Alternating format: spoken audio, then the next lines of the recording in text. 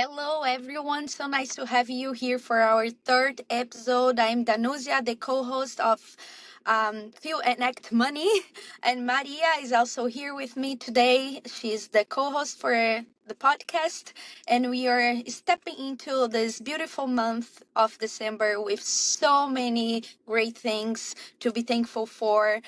We are also reflecting how was our year and thinking about our loved ones and what we should prepare for them. And so, with that, we thought about talking about the holidays today, right, Maria? Mhm. Yes, that's correct. Hello. And although you're going to be listening to this at the end of December, when we're recording, it's actually just the beginning. And hopefully, some of the things we cover you can still use to reflect about any similar situations. But yeah, as you said, we are in a thankful mood, but we also have to admit that maybe some people are in more of a anxious mood and maybe they're maybe afraid or feeling pressure about some of the expectations around this time of the year. So of course, because we talk about money in this podcast, we're going to be talking about all the elements usually around the holidays and money and the emotions that come with this. Yes, thank you. And for the ones who are new here, we are talking about feelings around money, but also the practical side about money and some, let's say, some international view of the places we have been or what to our the people who are listening to us expecting. We are talking more about our international friends who are living abroad, who is facing challenges. They are away from family sometimes, or they are adapting to a new culture. So, with that, we want to talk about spending without regret, right? Mm-hmm. How we manage culture, how we manage gifts and travel during this time of the year. I think it's very important that we think about how is that playing on my life, like what makes more sense for me. Like for me, I mean, for me, spending more time with people make more sense than having things, but I have a lot of issues with flights right now. They're so expensive. How do I manage this? How I put some money on it? I just had a talk with Maria about using the emergency fund to cover some expenses in Brazil, some emergencies that raise in this time of the year, and we are kind of guilty in the middle of that. Like, should I spend money or should I just stay here quiet and just be thankful for the present, or should I plan something bigger for the holidays?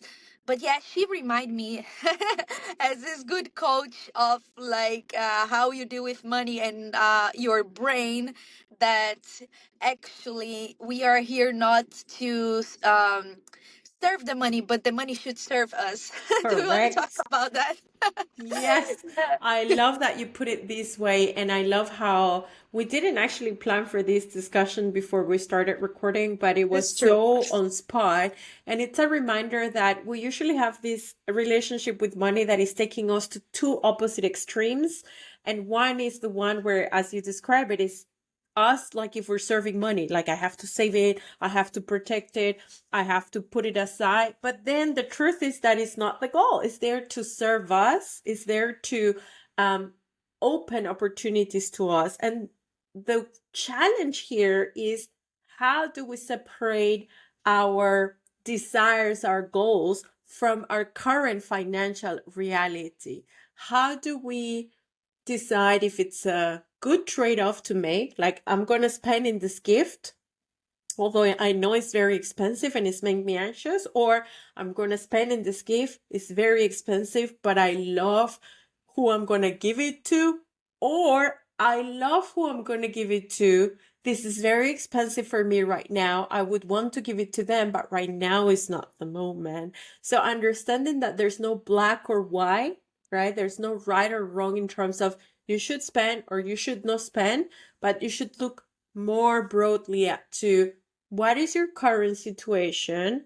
What are you looking to experience? And actually, what do you have right now? Because it is a good exercise anyway to have gratitude for what we have and not try to aim for always more and more new things, which is, I think, one of the most difficult things we expect at this time of the year. And so I think your example was spot on, because you said So I'm frustrated. I have this emergency. I've spent money from the emergency fund. Should I do this trip that I had already planned? Yes. Yeah. Oh wow. You're so right on that. Yeah, and what I was telling was, well, that's what the emergency fund is actually about. You have a stable job, you have the plan to meet your friends. They're ready to welcome you, which is a lovely thing to have people to spend time with. And these expenses came, and you could use your emergency fund for that. So the emergency happened and your fund did the job. So your money served you, and there's no need to cancel any trip.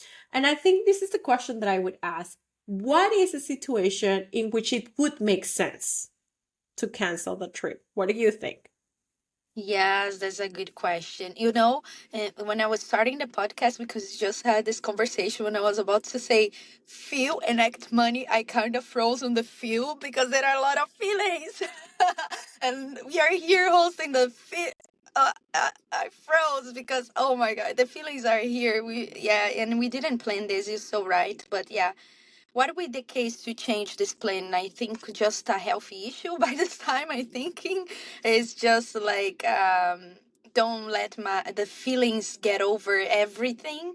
And as we spoke in the last episode, find friends who you can talk about money with. Mm-hmm, Like if I mm-hmm. didn't have you to open my eyes right now, maybe other people wouldn't understand or maybe judge me or like, Yeah. but it's so nice to build this confidence with people around us to Mm-hmm, start talking about money. You see some people are very welcome and wise, or they are at least engaged to mm-hmm, understand your point. Then you invest in that mm-hmm, conversation, then you mm-hmm. build that trust. And then when Yes, the time comes, you have someone to share your feelings because money is exactly. also about feelings. That's why I loved when I met Maria. She didn't know, but I had this whole consulting plan that I developed, and I had one part saying psychology of money, but I told to Maria like it's not so much, and she said that's exactly what I do. So good Yes, to have you here, and good yes. question. And with that, I have another question for you that I'm thinking. Do you think that because we are expats and we live abroad, like away from home, you think these feelings get heavier during this time? Maybe that's Oh, why. oh, let's dive into those feelings. Are they heavy? I actually love how we give weight and texture to emotions, right? How you said you felt it in your chest and you froze. And do we feel heavy? So I am loving how you're using language about emotions that maybe we use but we're not conscious about. But being conscious about how we describe those things allow us to understand them better. So I will unpack your question in two separate parts. First, you said being away from home. And I think this describes the psychology of people in different stages of their immigration or expatriation experiences. You have been away from Brazil for like 3 years? 7 years. 7. Yes. Okay. Interesting. Okay. I have been away for almost um so it's 18 years. It's 18 years, almost 2 decades. And when I think about home, right now I am home. That's So I am originally from Venezuela, and I think for the first few years I was away, I felt that that was home. But over the years, you start understanding that home is not necessarily a physical place, although currently my feeling of home is definitely highly attached to Tallinn. This has been my home for 17 out of the 18 years I've been away. And home is also how we feel around certain people, around certain situations, about certain connections, right?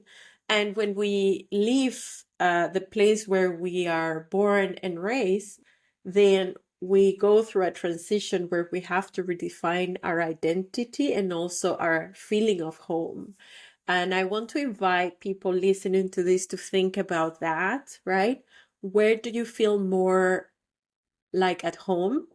And that's not necessarily a physical place, but we do sometimes associate it with a physical place because There's been a physical place where we lived a lot of experiences, but think about more of the experiences and the people.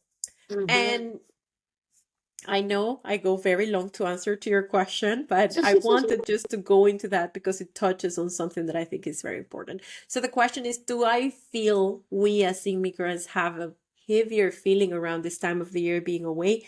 Yes. Yes. And yes.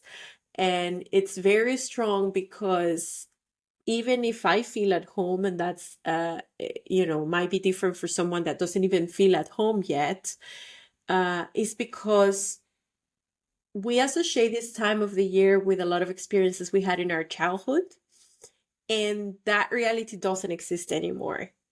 That's true. For many people, they can go and travel and kind of reconnect with that a little bit with the massive immigration we've had in Venezuela in the last 2 decades.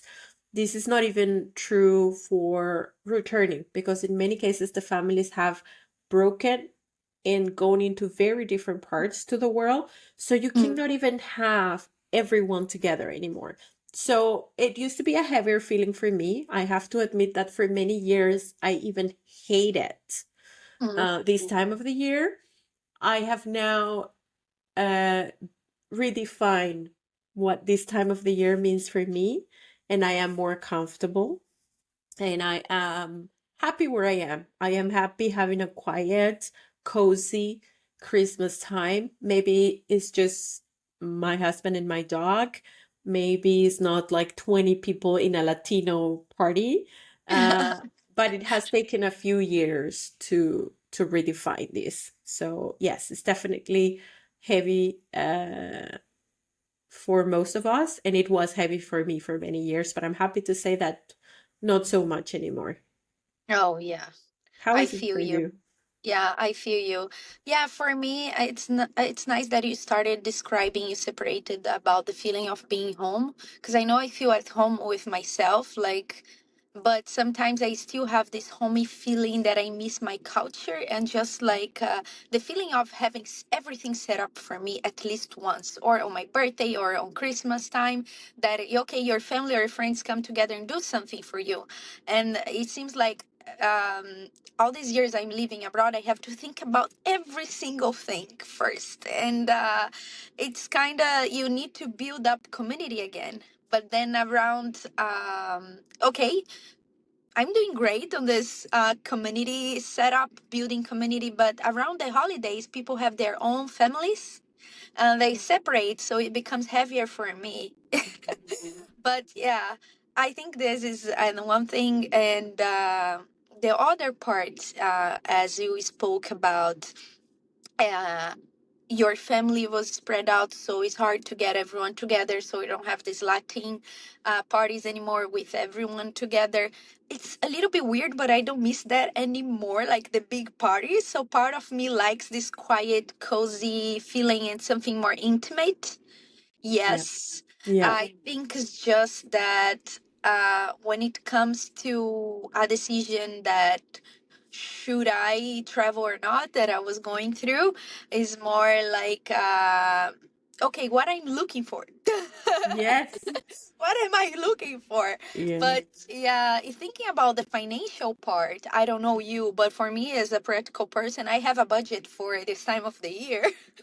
And it's kind of, I have like my bank account, and then I have another layer inside of my bank account for the holidays, and everything is there.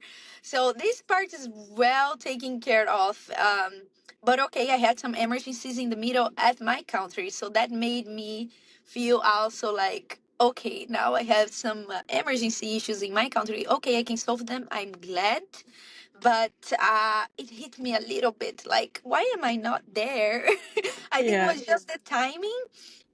But anyhow, even we realized that some things we keep like from time to time we keep feeling, we Yeah. keep we need to keep doing this exercise of what is home for me, what I'm looking for, what I want to achieve with that, Yeah. what is my money for, not what am I supposed to do with this money, but not like, okay, I need to live just for the money, right, Mhm. as we said in the beginning. But with that, I just want to hear your opinion, if you're like really dive into the more specific topics of, do you do a spreadsheet, do you do like separate bank account, how do you deal with this, or you just don't think about it, and how you organize yourself to not make this time of the year, which is already, let's say, heavy for us in the sense of trying to find meaning between those feelings, these Mhm. ups and downs, but Yeah. also how do you feel safe about your financial Mhm. uh, area of life? Yeah. Yeah, so there's always the question of in which stage I am, and the way we move around life, and that is reflected emotionally and financially, is never linear. So I'll give you an example. Last year I decided to start my own business, and I didn't want to use credit or investments, and I rely on my emergency fund. This is a larger emergency fund than the usual one because I had already read that starting a business can take some time to see results. And so that meant I needed to make sure I was going to be able to cover my basics. And so that brought me to the question of what are my basics? Because when we have had our basics covered for a very long time, we start increasing what is basic for us. I don't know if you've heard the concept of hedonic adaptation, but basically it's the idea that there's something that gives you pleasure and you have it, right? But then if you have it all the time, you get so used to it that it becomes part of your standard and it doesn't give you as much pleasure anymore. So now it becomes part of the basic, although objectively speaking, it's really not basic anymore. And so you add more and more and more. So I asked myself this question: what is really necessary for me to be not under stress, but also not overspending so I can extend the time I can experiment making my business successful and not worry about having to look for a job just to pay the bills. And with that came, what will I do about travel? And what will I do about the holidays? So I made it a very straightforward decision. I will not travel. Spoiler alert, I ended up traveling a little bit and feeling a little bit of guilt. I did feel a bit of guilt. I was like, if I didn't spend that, that could have given me 2 more months or 1 more month or whatever. Uh, but then with the holidays, the harder part was that I was afraid about friends and family reacting if I said, I don't think we should organize a secret Santa this year because I didn't want to spend the money because I felt we didn't really need anything, materially speaking. And what we all cared about, I sense, was the experience. Yes, some people enjoy physical presence more than experiences and vice versa and whatnot.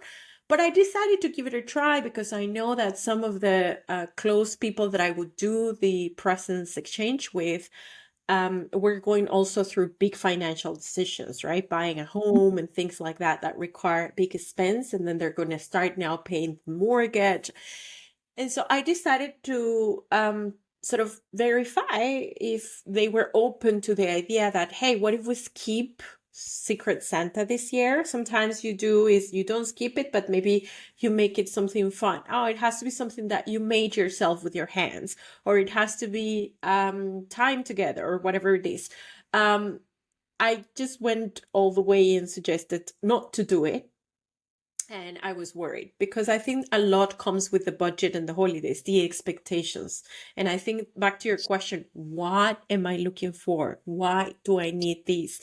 And so I went through that exercise and then I put it out there because, of course, in my head it was clear, but then how will the others react?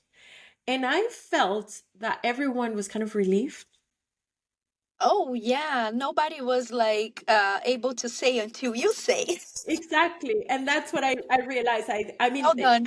exactly. I think if we all had been in a situation where it's like, oh, I got a bonus and I have my savings and my investings are going well, then we would go like, yes, let's do the Secret Santa. But that wasn't the situation. And I think everybody was happy to do it. So I don't have like one rule for the holidays. Mhm. But sometimes I feel like I want to give. And once I start, and this is the thing, once I start thinking, I'm like, oh, I'm going to give a present to X. Oh, but what about Y? Oh, and what about Z? And then my initial idea goes from three people I had in my in my mind to 10. And I'm like, okay, I cannot give 10 presents of this value to all of them. So what if I make it smaller for everyone? And then I start to realize that there's a psychological part in me that says I should treat everyone equally because Mm. it's fair. And I'm like, is that true though? Maybe it isn't. Maybe it is not. And so that's like a new exercise. Like I want to give some small gifts this year, but then I don't want to blow up my budget like, oh, that could have given me one more month of trying my own business. So I don't have a rule, but I do have a category. I try to budget at the end of every month for the following month, and I always go like, there's a percentage extra I have to put in December. Even if I don't understand exactly where it's going to go, I know there's usually maybe a dinner, maybe there is, yeah, a little participation gift. But I have learned to completely detach how my emotions about the holidays relate to the material things or not. Like I cannot say I was like this before. It's been a long journey, but I can say today I am comfortable with knowing that whether I travel to see family or we get together or we don't, or we give or we don't, doesn't change the fundamental feeling that all we want is connection and belonging. That's so true. Yeah. Yeah, I love it because you're speaking directly straight to the boundaries, right? It's so hard to have these conversations like about boundaries, about how you feel or what you think. And I love it that you pointed out about we feel like we should give at this time of the year. So then I bring another topic here is like being generous. And yeah, I have an example because I'm living away from Brazil for a long time. I don't have like always the same holiday, the same plans. Every year is different. So yeah, so my gifts change over the year, change depending on the people I'm living with or having around. And that comes with exactly what you said, that we want to feel like we are belonged. We want to feel that, we are loved, and we also have loved ones around us, right? But there is another aspect of giving that if you read all the financial books or if you talk with any famous financial advisor, they will always say that even though you're making money, you need to take some money to give.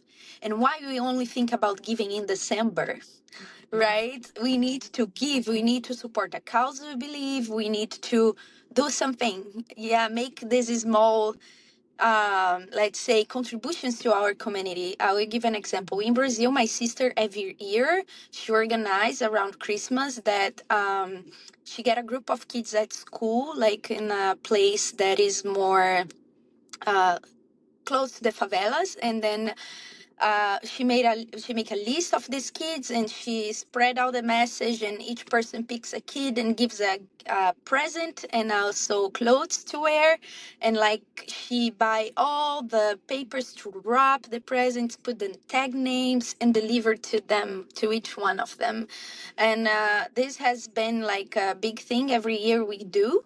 But another day I was talking to her like, what am I doing the rest of the year, also? It came to me that, um, yes, okay, maybe I cannot do such an event like this every month. I cannot give that amount of money every month or help someone directly, but I can donate my time. Time is also money. Mm-hmm. So sometimes people are like, I cannot give, finances are a little bit tight, but time is also money. Like if we go to a food tank, like an event that is happening in Estonia right now in Tallinn, then we can help to give food to people, to like just look in their eyes and like have happy holidays. Yeah, but we can do this during the whole year too. Like they will Yes. still be there at the food tank waiting for food, you know. Yeah. So I know you're talking about the holidays, but just crossed my mind that, yeah, coming from the boundaries with people about this time of the year, a lot of anxiety around giving and what I should tell to people. How much should I give? Or you said, should I give the same, should I invest the same money for different people that play different roles in my life that I'm related to? I think I should, right? So Mm-hmm. yeah, it Mm-hmm. also, but I was thinking also this anxiety or this moment of I need to give is happening because the whole year sometimes we're not giving. So this time of Yeah. year we're like, okay, I didn't give anything, should I give? Yes. So what do Yes. you think about giving, like Yeah.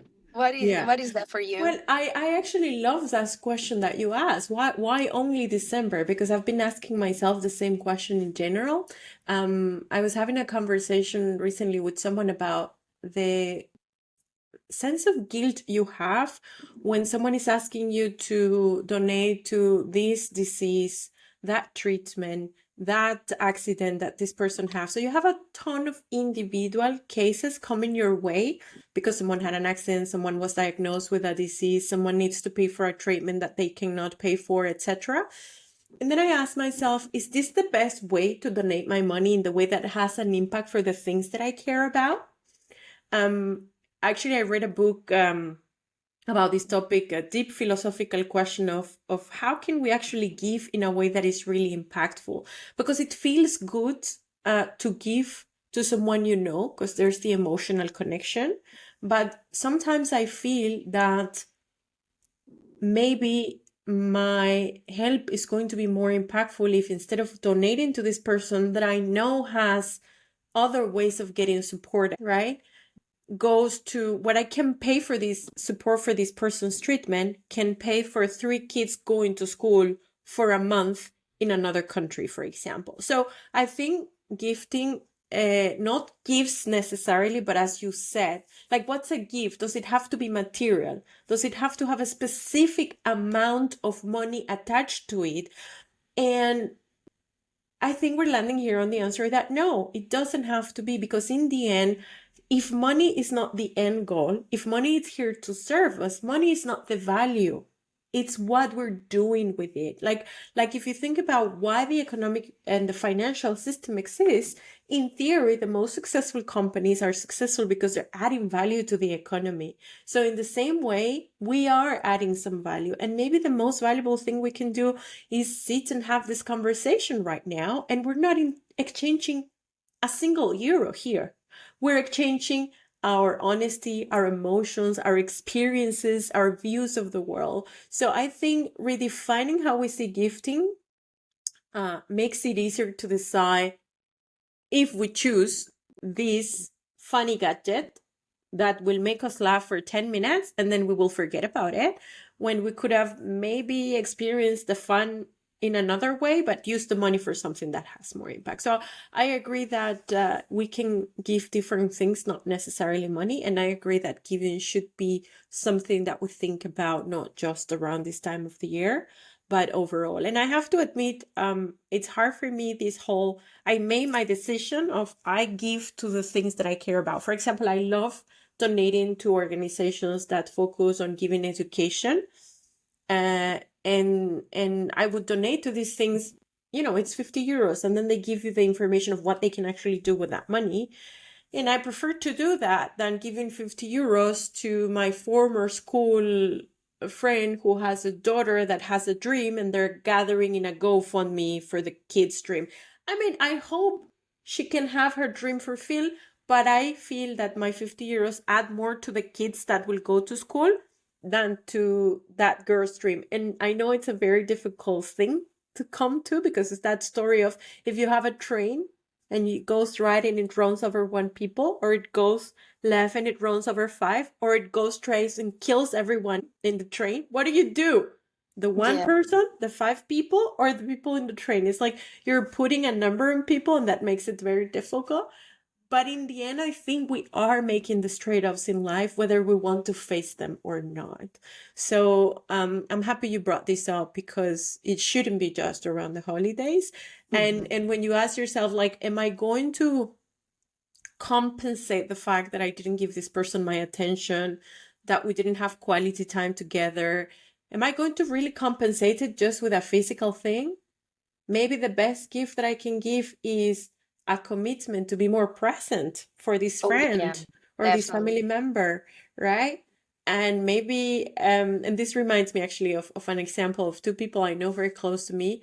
One gave a present to the other. There was a set of cards of, I think it was 5 activities you can choose to do with me throughout the year. I thought that was very beautiful. This is so nice. That's a nice Yeah, idea. yeah, yeah, Wow, I love yeah. it. Oh, I love it. Yeah. I did Wow, try to five use ideas it. you can do with me during the next year. I love Exactly. it. Exactly. And I tried to do this with a kid, but I think I didn't realize that the kid was too small to understand what choice I was giving him. So yeah, don't try it with too small of a child. Yeah, the kids want to do everything at once. Yeah, or they don't know the whole idea of Yeah. choosing time and when, like, can I, Oh, what that's does that true. mean? Like, it's too much. The world is too much for them. Great. But yeah, I think we can get more creative. I don't know if you've heard about the concept of the five language of love languages. Yes, yes, yes, Yeah, yes. I'm yeah, yeah. quality time. So Okay, that's why it got my attention. Like, what? exactly. Yeah, for me too. So Yeah. I'm more about time. I don't really get too excited when I receive things. I do try to remember that the person still spend money and time thinking about me to choose that, but I am not too excited when it comes to material things. And the hard part for me is to remember that some of the people that I love want physical presence. Oh, But yeah. because that is not my love language, then I have to kind of readjust myself to think about, okay, what is the best way to show this person that I appreciate them, because they like stuff and I don't. So where do you find the compromise? Oh yeah, that's so true. I Mm. face the same thing because I take a lot of time to choose a present, like a gift, because for me it's not so natural to buy things for Mhm. others. I like to just give them experiences. Let's plan a trip. I can pay. Let's go for dinner. I pay the dinner for you. I made this reservation for us. I took care of everything. Let's spend time together. Let's go to a comedy show. I got the tickets. Something like that. Yeah, Yeah. yeah, yeah, yeah. Yeah, So yeah. nice. Well, I love it because then we are about to finish, and I just had an insight here in my head that goes so well with that. I'm thinking Mhm. about investing, and I will explain why. And first, I feel that okay, once the emotional foundation is strong and is steady, that Mhm. means we can build the practical structure. Mhm. So it seems like when our feelings, our emotions are very stable, then we can do the practical part, right? Yes, From this exactly. conversation, I'm seeing this. And when you're telling me that the type of gifts I should give and uh, or people should help, right? And then you gave a clear example that I prefer to help in this cause. That makes much more sense for me than this other one. I Mhm. have choices, and this is the same for investing because sometimes people want to invest money. They're like, I don't know, where should I invest? Should I pick big tech companies? Should I invest in renewable energy? But if you also study about finances and the successful investors, they always invested their money in what makes sense to them more than that in causes that are meaningful to them, Yes. right? Yes. So there are some people that they are like, okay, where I should get money, where my money is growing. By the way, the market, we can never know what's going to happen in the market. What happened in the past, if Amazon was very successful until today, it can crash tomorrow. Yeah. We never know. So the most important thing is like Amazon is just an example because everyone knows Amazon. But if Yeah. you're looking for investing, you Mhm. look for something that has meaning to you. Once I Yes. heard a very important investor in Brazil saying that he started investing and he would visit farmers and he Mhm. saw farmers were loyal to their employers and what Mm-hmm. the impact they were doing around their Mm-hmm. community. So he said, okay, now 70% of my investments will go to farmers and to these people because they are loyal and they are making an impact. And that makes sense for me. That gives me peace of mind. Mm-hmm. So, Mm-hmm. yeah, coming from the donation to investing, I think is the Yes. same idea of keeping our emotions steady and stable by looking inside of us and thinking what I'm looking for and what are the causes I want to support and what am I going to put my money and my time, my effort. Yeah. It's I think looking in this way, like as we are stepping in the new year, then we can Yeah. reflect on those and Yeah. probably start the new year thinking, okay, if I want to help someone, how can I help and what should I do? And Yeah. also if I want to invest money, I want to put my money to work for myself, but I want this money to be used for something that is meaningful to me. So Yes. this is another lesson. I don't Yes. know if you Yes. have to add anything about this. We are reaching the end here, but I Yeah. think it was wonderful to just finish with this concept coming from Yeah. emotional to practical, Yeah. from giving to investing, because we need both sides, Yes, yes, right? I agree. And I think I will only add one thing, which is what you said. Like, it's the same fundamental thing. When we start to understand it, right, then it becomes so much easier to make money decisions. When we start to understand that all money decisions reflect what we want, care about, are afraid of, when there's a dissonance between how we expect to be seen by others and if we're comfortable with ourselves, right? Like, am I buying this because I really enjoy it, and even if nobody was looking, I would still enjoy it? Or am I buying this because I'm expecting to be looked and validated by others in a certain way? So yes, I agree with you. But the one thing I wanted to add is that that doesn't mean we have to wait for one thing to be in order to do the other, because we are not linear like a machine. We're like a mess of things. And so we only learn by doing and reflecting. So we will take the first step in our investments, for example, without knowing and still having some emotional insecurities, but we will learn along the way. And we can only learn if we stop and reflect. So that's the only thing I would add. So yes, if you get your emotional foundation, it's going to be easier for you. But if you do not take the first step, then you're not really going to learn that clearly. So take the first step, even if it's small. Um, Awesome. yeah, yeah, Awesome. Awesome. I love it.